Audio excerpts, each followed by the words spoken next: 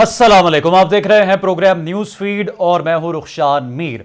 मुसलसल हचकोले खाती हुई पाकिस्तानी सियासत में कुछ अहम तब्दीलियां रूनुमा होने जा रही हैं। गुज़श्ता हफ्ते हमने देखा है कि माजी के सियासी हरीफ अब सियासी हलीफ बनने जा रहे हैं और ऐसी कुछ मुलाकातों का जिक्र हमने गुज़श्ता हफ्ते भी किया। पाकिस्तान तहरीक इंसाफ का आला सतह का इजलास जो वफ्द है वो मिलने गया मौलाना फजलुर रहमान से उनके रिहाइशगाह पर इस्लामाबाद में और बड़ी तवील मुलाकात हुई। अब खबर यह है कि शहबाज शरीफ की बैरून मुल्क से वतन वापसी के बाद MQM के साथ मुलाकात होने जा रही है। MQM के कन्वीनर डॉक्टर खालिद मकबूल सिद्दीकी ने गुफ्तगू करते हुए मीडिया से यह बताया है कि एक हफ्ते में 4 मरतबा उनकी गुफ्तगू हुई है साबिक वजीर आजम शहबाज शरीफ के साथ। और मामला अब किस तरफ जा रहे हैं, खबरें यह भी सामने आ रही हैं कि PTI का एक आला सतह का वफ्द आसिफ अली जरदारी से भी मुलाकात करने का ख्वाहिशमंद है।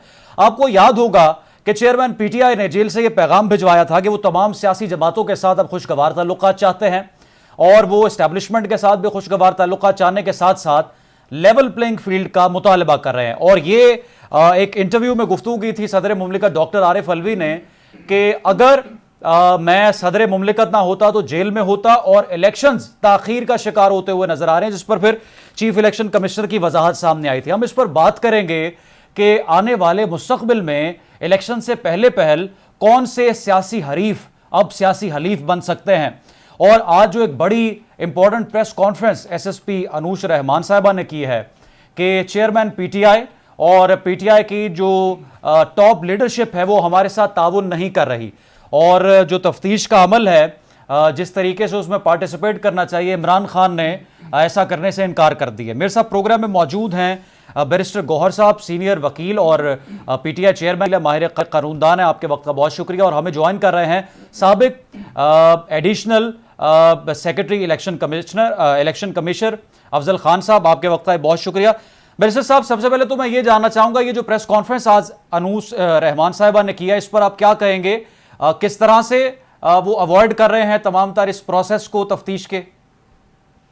नहीं, जहाँ तक आज SSP साहबा की जो प्रेस कॉन्फ्रेंस का ताल्लुक है, ये कोई नई बात तो नहीं है। एक्चुअली 9 मई से रिलेटेड सिर्फ लाहौर में 38 FIR रजिस्टर हो गई थी और हमने तो सारे FIR में कोऑपरेट किया है और SSP साहबा ने भी ये नहीं कहा कि हमने कोऑपरेट। ठीक है, हमारा राब्ता मुनक़ता हुआ है, अगर हम सुनवा सकें तो SSP साहबा की प्रेस कॉन्फ्रेंस यहाँ पर चलवा भी देते हैं कि उन्होंने क्या कहा। अफजल खान साहब, इलेक्शंस को लेकर बहुत अहम सवाल उठाए जा रहे हैं कि क्या जनवरी के पहले हफ्ते में हो पाएंगे, नहीं हो पाएंगे। आज जो गुफ्तगू किया चीफ इलेक्शन कमिश्नर ने, आपको क्या लगता है तैयारियां मुकम्मल कर चुका है इलेक्शन कमीशन? सर, एक चीज याद रखें कि इलेक्शन कमीशन 14 मई को भी तैयार था। ये इलेक्शन कमीशन की तैयारी आपको बताता हूं कि उसकी capacity of holding the election थी या नहीं थी। 100% 14 मई को भी थी और उसके बाद इसकी capacity with in 90 days election hold करने की थी और है। अब बात यह है कि जो एक्सटर्नल फोर्सेस हैं, जो लोगों के ख्वाहिशात हैं या जो इलेक्शन में शिरकत करने वाली जमातें हैं, उन्होंने जो अपनी 16 महीने की जो कार्रवाई है उसको देखते हुए और लोगों में जो उनके लिए पजीराई और मोहब्बत है उसको देखते हुए वो किस्म किस्म के बहाने प्रीटेक्स्ट बना के इलेक्शन को डिले करना चाहते हैं ताकि लोगों के जख्म भर जाएं। लेकिन बात यह है कि इक्तिदार में रहने वाले सियासतदान तो हमेशा रहते हैं किसी ना किसी बहाने, खा वो केयर टेकर हो, खा वो रिग्ड इलेक्शन के तहत आए, खा वो इलेक्शन के तहत आए। लेकिन अब जो जुल्म हो रहा है वो ये है कि इलेक्शन में वोटर का जो किरदार है वो 5 साल के बाद आता है। 5 साल गुजर चुके हैं। इलेक्शन के बारे में जो आइन की जिम्मेदारियां हैं, आइन की जो शिक है, उसको विद इन 90 डेज वो गुजर गई है और ना जुडिशरी को ना किसी और इदारे को इसकी फिक्र है कि आइन वायलेट हो रहा है। बात यह है कि पाकिस्तान के तमाम जो दर्द रखने वाले शहरी हैं जो इस मुल्क में जमहूरियत चाहते हैं, वो चाहते हैं कि पाकिस्तान के वोटर को डिसएनफ्रेंचाइज ना किया जाए, बल्कि उसको वोट का हक दिया जाए। अब बात यह है कि आपने पूछा कि क्या वो तैयार हैं। वो तो तैयार पहले भी थे, उसको किसने रोका वो अब आपको भी पता है और हमें भी पता है। हमें इस वक्त जरूरत यह है कि जल्द अज जल्द इंतखाबात करा दिए जाएं, इसलिए कि जो 2-3 दफा इलेक्शन सर 28 जनवरी की तारीख फाइनल हो रही है इलेक्शंस की। मुझे कोई एतमाद नहीं रहा, इसलिए कि जिन्होंने सुप्रीम कोर्ट के कहने के बावजूद 14 मई को इंतखाबात नहीं कराए, उसके बाद जब असेंबलियां टूट गई तो 90 दिन की जो पाबंदी है उससे भी उन्होंने फरार इख्तियार किया। तो अब क्या आपको देखो, ट्रस्ट डेफिसिट है और वो डेफिसिट बढ़ता जा रहा है, उसको घटाने के लिए कौन से इकदाम किए गए हैं कि मुझे या आपको या सियासी जमातों को यकीन हो जाए कि जी इंतखाबात हो भी रहे हैं कि नहीं। उस सिलसिले में जो जिसने किया है, जितना नुकसान किया है, अब उनको चाहिए कि वो उस नुकसान का मदावा करें, उसको कंपनसेट करें, लोगों का ट्रस्ट बहाल करें, और इंतखाबात के अलावा पाकिस्तान की खुशहाली के लिए कोई रास्ता नहीं है। इलेक्शन कमीशन कॉन्फिडेंट नहीं है या श्योर नहीं है कि जनवरी के आखिरी हफ्ते में होंगे, तो फिर सदर के इंटरव्यू की तरदीद फिर क्यों आ गई इलेक्शन कमीशन की जानिब से?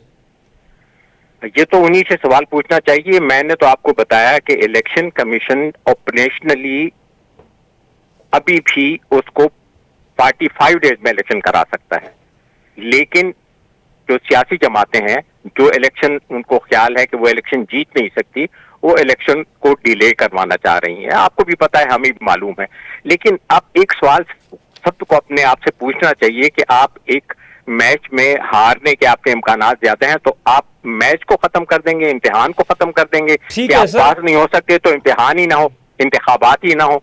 एतजाज अहसन साहब ने हमें ज्वाइन किया, माहिर कानूनदान एतजाज अहसन साहब, आपके वक्त का बहुत शुक्रिया। सर, सदर ने इंटरव्यू दिया, इलेक्शन होते हुए दिखाई नहीं दे रहे, फिर तरदीद आ गई इलेक्शन कमीशन की। अब उन्होंने कहा कि 2 दिन बाद तहरीरी तौर पर सुप्रीम कोर्ट में जो जमा करवाएंगे और 28 जनवरी को मुतवक्का इलेक्शन। आपको सारे इलेक्शन होते हुए दिखाई दे रहे हैं एतजाज अहसन साहब? नहीं, क्राइम तो कोई नहीं है। क्राइम तो यही बताते हैं कि इन्होंने सारी तैयारी कर रखी है इलेक्शन ना कराने के लिए, और एक बेवफा बाइख्तियार हुकूमत को ये इंतजाम चलाने के दिया जाए। आप देखें, इन्होंने कोई मकसद है तो ऐसे किया ना कि ये जो निगरान थे, निगरानों के बारे में सुप्रीम कोर्ट ने फैसला दिया हुआ है ख्वाजा मोहम्मद आसिफ के केस में 2013 में, कि निगरानों के पास कोई इख्तियार नहीं है। ये मतलब है, आप समझ लें कि दीवार पे वॉलपेपर पे फूल है, और मैं कहूँ ये फूल चीफ मिनिस्टर है जो सबसे ऊपर है, ये इसके बाद ये फाइनेंस मिनिस्टर है, ये एग्रीकल्चर मिनिस्टर है, ये एजुकेशन मिनिस्टर है, और फूल हो, और कोई उनका इख्तियार नहीं किसी किस्म का। अब इन्होंने एक लॉ पास किया है जिसमें उनको बाइख्तियार कर दिया है। अब ये और बात कि लॉ जो है वो आइन से मुतसादम है, क्योंकि आइन तो वो है, आइन की मंशा वो है जो सुप्रीम कोर्ट कहता है, और सुप्रीम कोर्ट कहता है कि ये इनके पास ये बाइख्तियार किसी सूरत भी नहीं है। तो अब इसके बाद उन्होंने क्यों किया है इनको बाइख्तियार, कि इन्होंने एक चीज, आइन इस वक्त मैं आपको अर्ज करूं कि बिल्कुल एग्जिस्ट ही नहीं करता, कोई आइन नहीं है। आइन कहता था कि 90 दिन के अंदर इलेक्शन होंगे अगर कोई असेंबली डिसॉल्व हुई। वो गुजरात और पंजाब और खैबर पख्तूनख्वा का आपने देख लिया अशर, कोई असेंबली नहीं आई, कोई इलेक्शन नहीं हुआ, किसी ने परवाह नहीं की। वो डेट फिक्स की सुप्रीम कोर्ट ने, उसकी परवाह नहीं की 14 मई, वो उसकी परवाह नहीं इनको कोई, क्योंकि इनके पास बेसिकली एक कैल्सनियन थ्योरी है कि जिसको ब्यूरोक्रेसी जिसका हुक्म मानती है वो पावर में है। तो अब वो कॉन्स्टिट्यूशनल हो अनकॉन्स्टिट्यूशनल हो, ब्यूरोक्रेसी सारी, पुलिस सारी वो हुक्म मानती है निगरानों का, क्योंकि निगरानों के पीछे ताकत है असल खड़ी जो कि अहकामात जारी करती है। तो अब ये कॉन्स्टिट्यूशन का तो बीच में कोई ताल्लुक ही नहीं है। कॉन्स्टिट्यूशन ये कहता है कि when the president dissolve the assembly he shall appoint a date not later than 90 days for the holding of election. अब नॉट लेटर देन 90 days, ये भी नहीं कि विद इन 90 days, 48 5 कहता है नॉट लीगल, यानी 91 वाला दिन आपका इलीगल हो गया। मैं ये सोच ही नहीं सकता रक्षान, कभी सोच ही नहीं सकता था, गुमान में भी नहीं आ सकता था कि 90 दिन से ज्यादा लगाएगी कोई गवर्नमेंट, और बेपरवाह। अब ये निगरान पंजाब के और खैबर के ये कब से इलीगल हो चुके हैं, कब से इलीगल हो चुके हैं, बिल्कुल 90 दिन के बाद, नॉट लेटर देन के अल्फाज के तहत ये गवर्नर के भी अप्लाई करता है। 105 के तहत आर्टिकल 105 गवर्नर का है, यही अल्फाज है, नॉट लेटर देन। अब उसके बाद ये निगरान किस तरह ढिठाई से बैठे हैं। आजम खान से मुझे कुछ तवक्को थी कि वो एक सीनियर सिविल सर्वेंट है, वो अपनी उसने सारी अथॉरिटी देखी हुई है, वो 90 दिन पूरे होंगे तो अपने कलम से जो सरकारी से आई उसमें होगी वो उंडेल के जो दवात है उसमें वापस, और वो घर चला जाएगा। क्या जी मेरे 90 दिन हो गए पूरे, मैं वो भी बैठे मजे कर रहे हैं, मौजे कर रहे हैं। अब यहाँ तो आईन राह ही नहीं कहीं, सुप्रीम कोर्ट हुक्म देती है, उसको परवाह नहीं, सुप्रीम कोर्ट के सामने जलसे करके और उसमें गालियां दे रहे होते हैं सुप्रीम कोर्ट के चीफ जस्टिस को। आपके यहाँ जहाँ एक कन्विक्टेड एब्सकॉन्डर, कन्विक्टेड भी और एब्सकॉन्डर भी, सिर्फ मुल्जिम एब्सकॉन्डर नहीं, कन्विक्टेड एब्सकॉन्डर 4 साल की मफरूरी के बाद, और आपकी आंखों के सामने वो टेलीविजन कैमराज में वो मफरूरी अपनी के वक्त गुजारता रहा अयाम, और बड़े आसाइश से, और उसी घर में रह रहा है, उसी लग्जरी होम में रह रहा है, और महंगे तरीन, दुनिया में महंगे तरीन सेंट्रल लंदन के सेक्शन में, कि जिसका तनाजा है। अब ये तो सितम ज़रीफ़ी है ना, और फिर वो वापस चलता है, वो इरादा करता है वापस आने का, तो उस कन्विक्टेड एब्सकॉन्डर को हाई कमिश्नर सी ऑफ कर रहा है, हाई कमिश्नर सी ऑफ कर रहा है। यहाँ उसको रिसीव करने के लिए आईजी डीआईजी सारे पहुंचे में, उसको सलूटे मार रहे हैं। उसके लिए बायोमेट्रिक्स के लिए इस्लामाबाद हाई कोर्ट से चल के और वो मशीनें लेके आते हैं एयरपोर्ट पे ताकि उसकी सहूलत हो, उसको बायोमेट्रिक्स उसकी वहां हो जाए। वो जो कहता काम वो हो रहा है, डिक्टेटिंग। तो इसके बाद अब क्या इलेक्शन कैसे होंगे? तो सर फिर तो निगरान वजीर आजम को रिजाइन कर देना चाहिए अगर वो जनवरी में इलेक्शंस नहीं करवा सकते, और इलेक्शन कमीशन के भी बार बार यही स्टेटमेंट आ रहे हैं कि होंगे जनवरी के आखिरी हफ्ते में। अगर फिर भी कोई रुकावट उनको किसी और की तरफ से भी आती है फिर तो उनका कोई जवाब नहीं रुकने का। जहां तक तो वजीर आजम का ताल्लुक है, वो तो मतलब इस सौदे में ही है, और वो चला रहा है बड़ी अंग्रेजी बोल के, शुस्ता अंग्रेजी, और वो समझ रहा है, he started believing that he is the prime minister. हद तो ये है कि वो अपने उस सारे शहर में वो भी फंस गया, वो अब अपने प्राइम मिनिस्टीरियल एक्ट करने की कोशिश कर रहा है। और जहां तक इलेक्शन कमिश्नर का ताल्लुक है, चीफ इलेक्शन कमिश्नर इस सारे जो मामला और कारोबार है इसका सबका वो जिम्मेदार है, मुजरिम है। वो क्यों मुजरिम है? उसने देखो सुप्रीम कोर्ट में पहली दफा पेश हुआ तो उसने कहा हम जब आप कहेंगे, जब आप, हम इलेक्शन करा देंगे, हम वी आर रेडी। फिर उसने नया छेड़ दिया कि इलेक्शन पे वो 22 अरब वो नहीं देता फाइनेंस मिनिस्टर, वो रेंजर्स नहीं देता। Under the constitution article 218 and 224 the prime minister is the chief executive, while the chief election commissioner is the chief executive, and every executive authority has to obey him during the period of election. इसका ये तो जुर्म इसका है कि इसने election कराने के लिए कोई इकदाम ही नहीं किया, और फिर क्या कह दिया, प्रेसिडेंट के साथ मीटिंग में एग्री किया कि 30 नवंबर हो जाए। फिर बाहर से कह दिया 30 नवंबर नहीं, हम 8 अक्टूबर को कराएंगे। फिर कहाँ कराए आपने 8 अक्टूबर को? 8 अक्टूबर भी गुजर गई।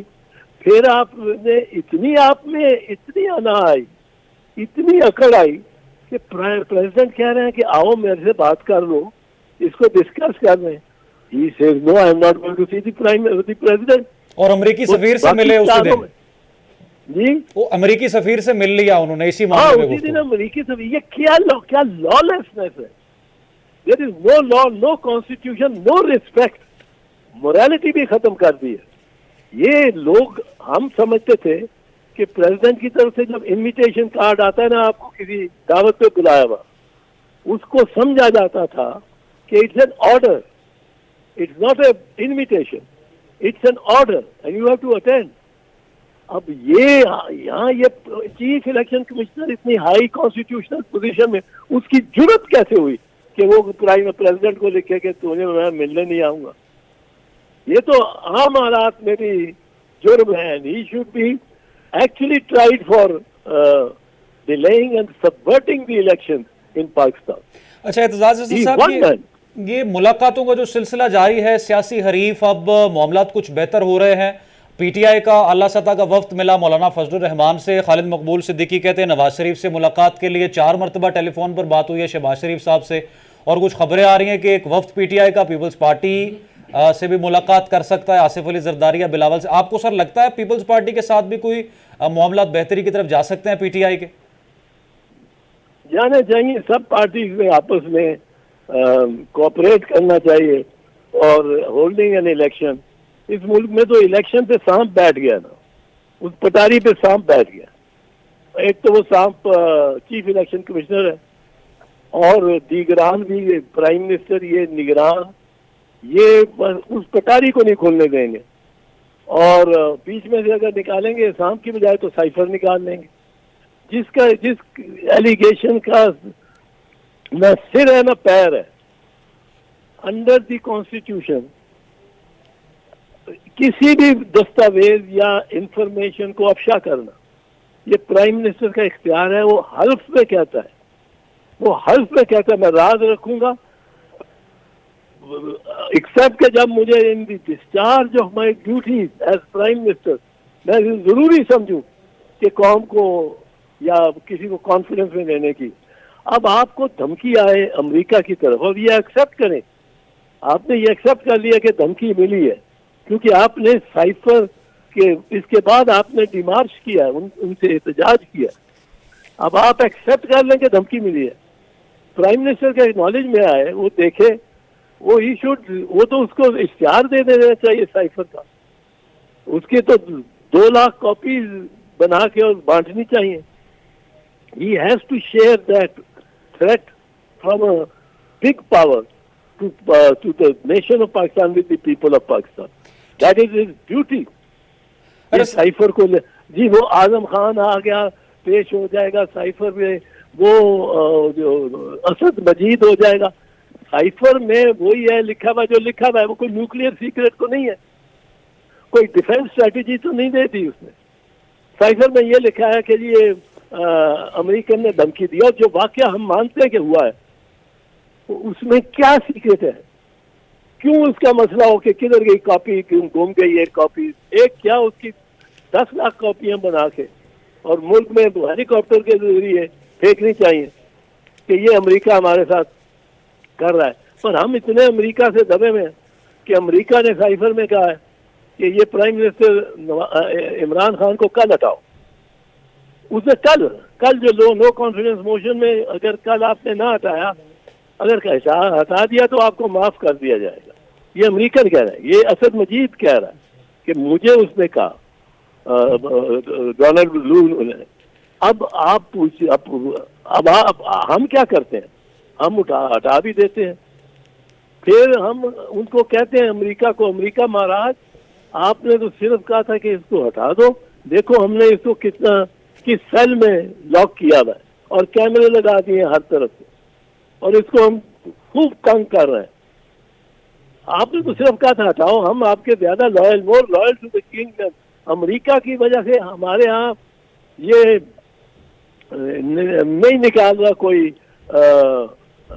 अलकुद्स पे भी कोई जुलूस नहीं, जमात इस्लामी ने निकाला है, और इधर पिटाई की है उन्होंने इस्लामाबाद में जमात इस्लामी के काडर की, जिन्होंने जुलूस अलकुद्स पे निकाला। ठीक है। लाहौर में औरतों को उठाया उन्होंने।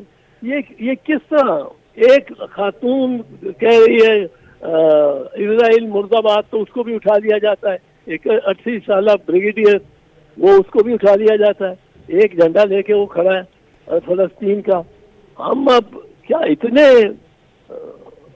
आज गुलाम हो गए? पीटीआई चेयरमैन के ट्रायल के हवाले से पुलिस का भी स्टेटमेंट आया। एसएसपी अनूश रहमान साहबा कहती हैं कि ट्रायल किसी की मर्जी से नहीं हो सकता, ना पीटीआई की लीडरशिप हमारे साथ ताउन कर रही है और ना जेल में मौजूद इमरान खान साहब हमारे साथ ताउन कर रहे हैं। सर, ट्रायल में उनकी क्या कोताही है पीटीआई चेयरमैन की या बाकी जो लीडरशिप जेल में है? नहीं, ट्रायल जेल में नहीं होना चाहिए। मुल्जिम नहीं चाहता जेल में, तो जेल में नहीं होना चाहिए।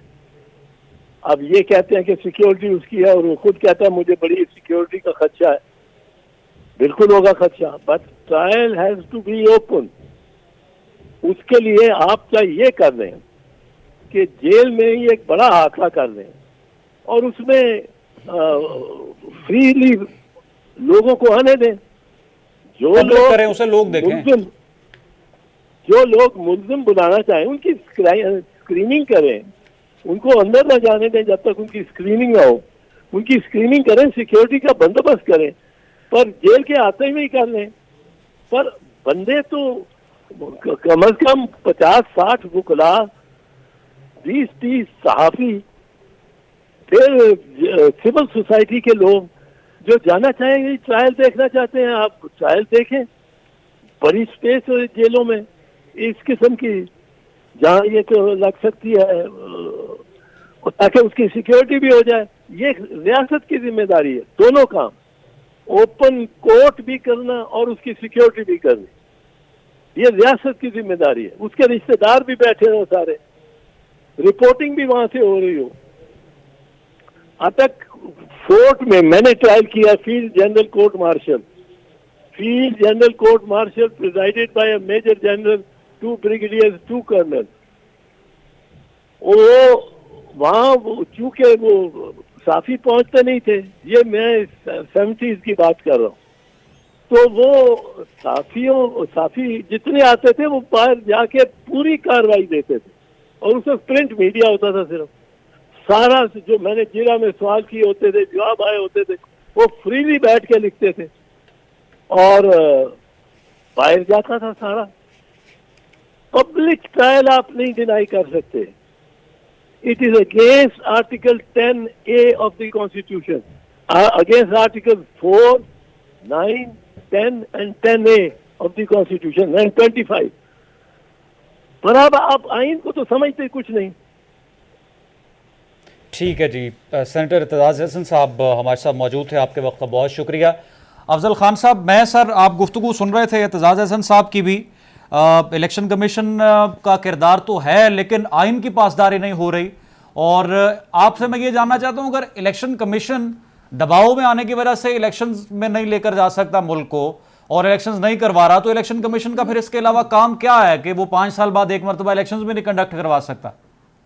यही सवाल मेरा भी है, आपका भी है और हर साहिब दिल पाकिस्तानी का है कि पाकिस्तान में जो इदारे, मैं आपको बता दूं कि आज से 10 साल पहले जब उन्होंने सिर्फ इन 5 मेंबरान का बिल पास किया था, तो हमें उस वक्त पता चला कि 5 मेंबरान उस वक्त $500 बिलियन के पड़े थे।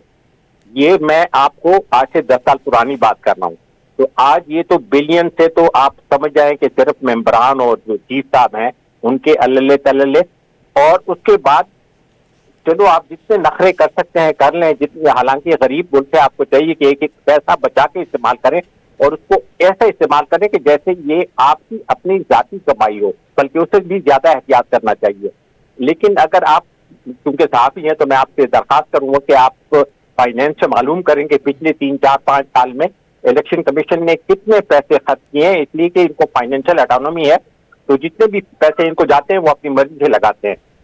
चलो एक तो ये कि आपको ये मालूम हो जाए कि कितना इसके ऊपर खर्चा आया है, तो उसके बाद ये कि एक ही काम उनका है इलेक्शन कराना। और इलेक्शन ये बिल्कुल, अभी एतजाज हसन साहब ने बिल्कुल सही बताया कि इन्होंने सुप्रीम कोर्ट को एक दफा कहा था कि जिस 7 महीने में तो वो सुप्रीम कोर्ट और सारा पाकिस्तान खड़ा हो गया कि तुम कैसे कहते हो 7 महीने में, आइन में लिखा है कि 90 दिन में।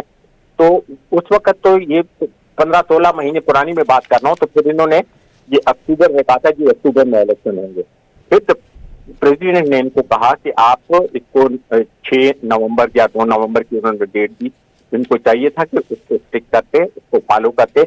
जैसे आदमी ऐसे हो नहीं सकता किसी भी मुल्क में, प्रेसिडेंट का आपको पसंद हो या ना पसंद हो, वो हेड आपकी गवर्नमेंट है। तो हमारा और election commission basically prime minister के तहत तो है ही नहीं, वो प्रेसिडेंट के पास साथ होता है और प्रेसिडेंट को वो अपना सालाना अपनी कार्रवाई भी बताता है कि हमने पूरे साल में क्या काम किया।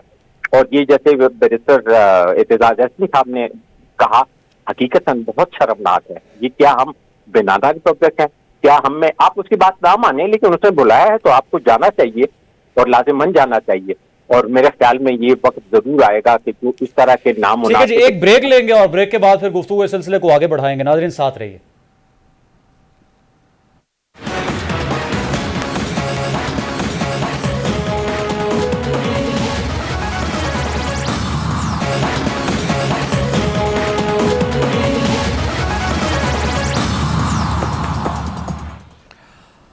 Welcome back. नाज़रीन, गुफ्तगू हम कर रहे थे चीफ इलेक्शन कमिश्नर और वज़ीर आला पंजाब की ज़ेर सदारत इजलास हुआ है और आम इंतखाबात मुकर्ररा वक्त पर होंगे। चीफ इलेक्शन कमिश्नर ने इसकी यकीन दहानी करवाई है। 28 जनवरी मुतवक्का तारीख है, लेकिन बहुत से सवालात जो उठाए जा रहे हैं उस पर हम गुफ्तगू करें। बैरिस्टर गौहर साहब हमारे साथ मौजूद हैं, चेयरमैन PTI के वकील माहिर कानूनदान। पहले इनके साथ हमारा राब्ता मुनक़ता हो गया था। बैरिस्टर साहब, आज की जो प्रेस कॉन्फ्रेंस है SSP अनूश रहमान साहबा की कि चेयरमैन PTI हमारे साथ कोऑपरेट नहीं कर रहे, ना ही सीनियर लीडरशिप कर रही है, इस पर एतजाज हसन साहब का कमेंट भी हमने लिया है। पहले तो मुझे बताएं कि ट्रायल के हवाले से चेयरमैन PTI का अपना क्या मौक़िफ़ है? थैंक यू मीर साहब। पहली बात तो है कि SSP साहबा की जो प्रेस कॉन्फ्रेंस है कोई नई बात नहीं है। मैं ना कि जितने भी FIR है, सिर्फ लाहौर में 38 FIR हुई थी। इस सिलसिले में हमने एक रिट पिटीशन भी फाइल की हुई थी लाहौर हाई कोर्ट में, जिसमें ये ऑर्डर हुआ था कि आप इसको एडवर्स ऑर्डर ना करें। और हमारा कहना यह था कि अगर एक ही वकूआ पे एक जैसे एलिगेशंस पे कई सारे FIR हो तो उसका कानूनी और आईनी हैसियत क्या होगा? क्या आप हर केस में एक अक्यूज को लाके अदालत में खड़ा करेंगे और उनका ट्रायल चलाएंगे और बार बार उनको सजाएं देंगे, या उसका एक ही ट्रायल होगा, एक ही जगह होगा, एक ही इन्वेस्टिगेशन वो ज्वाइन करेगा? तो that's the matter of a great concern.